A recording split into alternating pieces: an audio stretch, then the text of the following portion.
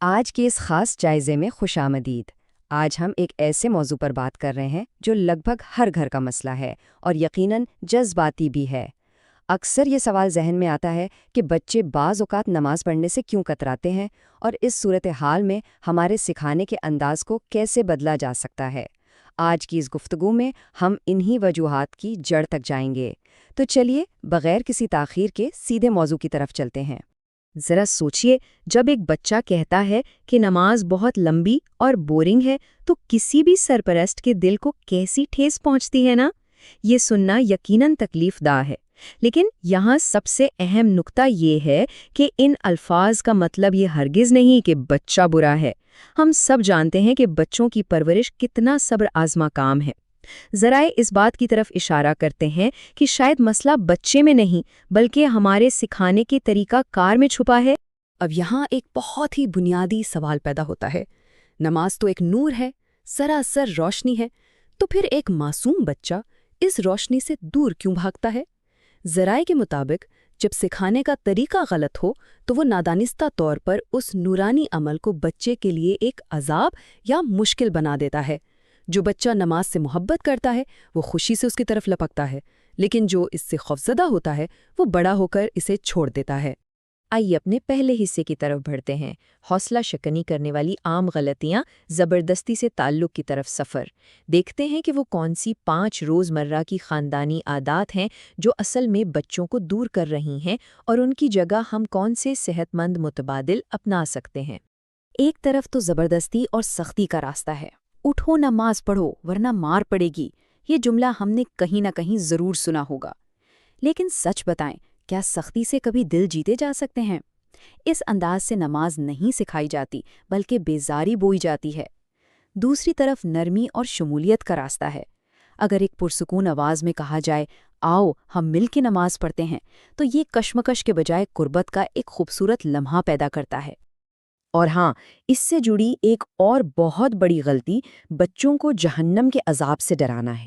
ذرا سوچیں، بچوں کو ایک ایسے خدا کے تصور کی ضرورت نہیں جو انہیں صرف ڈرائے، بلکہ انہیں ایک ایسے رب کی پہچان چاہیے جو ان سے بے پناہ محبت کرتا ہو۔ جب ہم بچوں کو یہ بتاتے ہیں کہ اللہ ان سے محبت کرتا ہے اور نماز اس کی طرف سے خوبصورت تحفہ ہے، تو وہ خوف کے بجائے محبت سے اس کی طرف کھینچے چلے آتے ہیں۔ یہاں ذرائع سے ایک زبردست اور سنہری اصول سامنے آتا ہے۔ خوف محبت کے بعد آتا ہے، اس سے پہلے نہیں۔ کتنی گہری بات ہے۔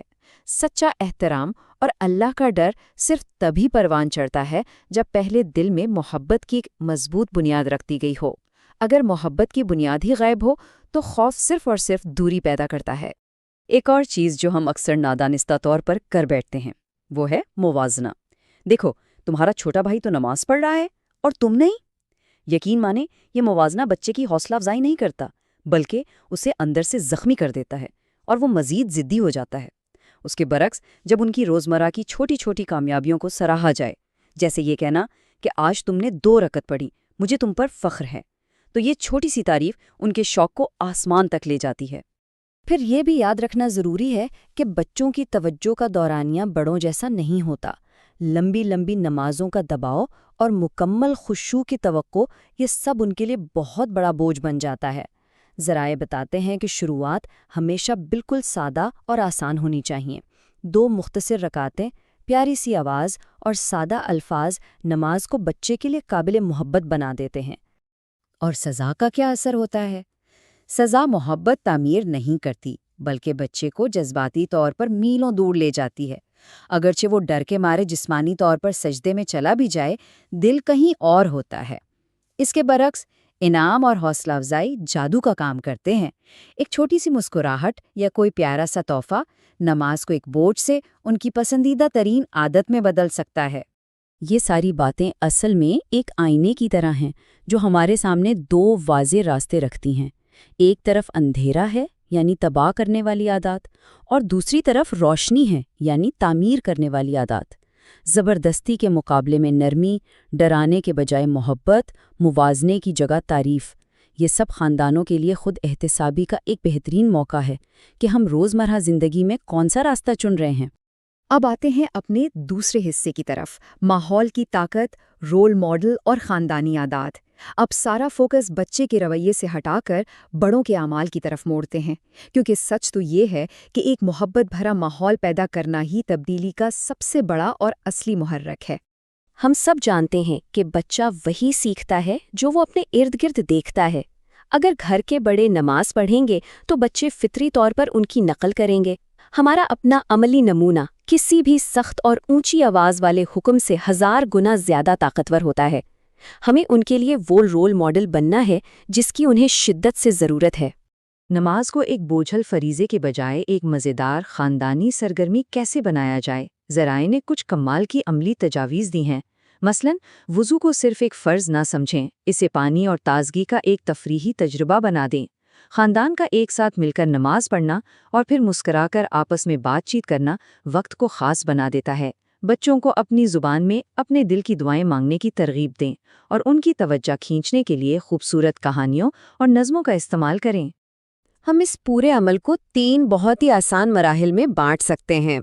پہلا قدم، جسم دھونے کے عمل کو سکون اور تازگی سے جوڑیں۔ دوسرا قدم، نماز کو مثبت اور خوبصورت جذبوں کا نام دیں۔ اور تیسرا قدم، نماز کے فوراً بعد ان کے احساسات کے بارے میں بات کریں، ان سے پوچھیں کہ نماز کے بعد کیسا محسوس ہو رہا ہے۔ یہ چھوٹی چھوٹی باتیں بچے کو جسم سے پہلے اپنے دل کے ساتھ اللہ کی طرف لوٹنے میں مدد دیتی ہیں۔ چلیں اب اپنے آخری حصے کی طرف بڑھتے ہیں، محبت سے پرورش کا پھل، کل کے لیے ایک مضبوط ایمان۔ دیکھتے ہیں کہ جب ہم تباہی کے بجائے یہ محبت بھرا تعمیر کا راستہ چنتے ہیں تو مستقبل میں اس کے کیا شاندار نتائج نکلتے ہیں۔ جب ہم خامیوں کو دور کر کے محبت کو چنتے ہیں تو نتائج باقی حیران کن ہوتے ہیں۔ سوچیں ذرا، وہ بچہ جس کے دل میں محبت بوئی گئی ہو، وہ نماز کی طرف بھاگ کر آتا ہے، اس کا بے صبری سے انتظار کرتا ہے، اور اگر کبھی نماز چھوٹ جائے تو سچے دل سے افسردہ ہوتا ہے۔ یہ سب اس لیے ممکن ہوتا ہے کیونکہ بنیاد پیار پر رکھی گئی ہے۔ آج کی گئی یہ محبت کی سرمایہ کاری دراصل آنے والے کل کے لیے ان کے مضبوط ایمان کی سرمایہ کاری ہے۔ آج کی اس دلچسپ اور اہم گفتگو کو ہم ایک بہت ہی گہرے اور غور طلب سوال پر ختم کرتے ہیں۔ کیا آج ہم اپنے گھروں میں محبت اور یقین کی ایک مضبوط بنیاد رکھ رہے ہیں، یا کل کے لیے دوری اور خوف کی ایک اونچی دیوار کھڑی کر رہے ہیں؟ فیصلہ مکمل طور پر ہمارے اپنے ہاتھ میں ہے۔ یقیناً اس جائزے نے ہم سب کو کچھ نیا سوچنے پر مجبور کیا ہوگا۔ ملتے ہیں اگلی بار، تب تک کے لیے اپنا بہت خیال رکھیے گا۔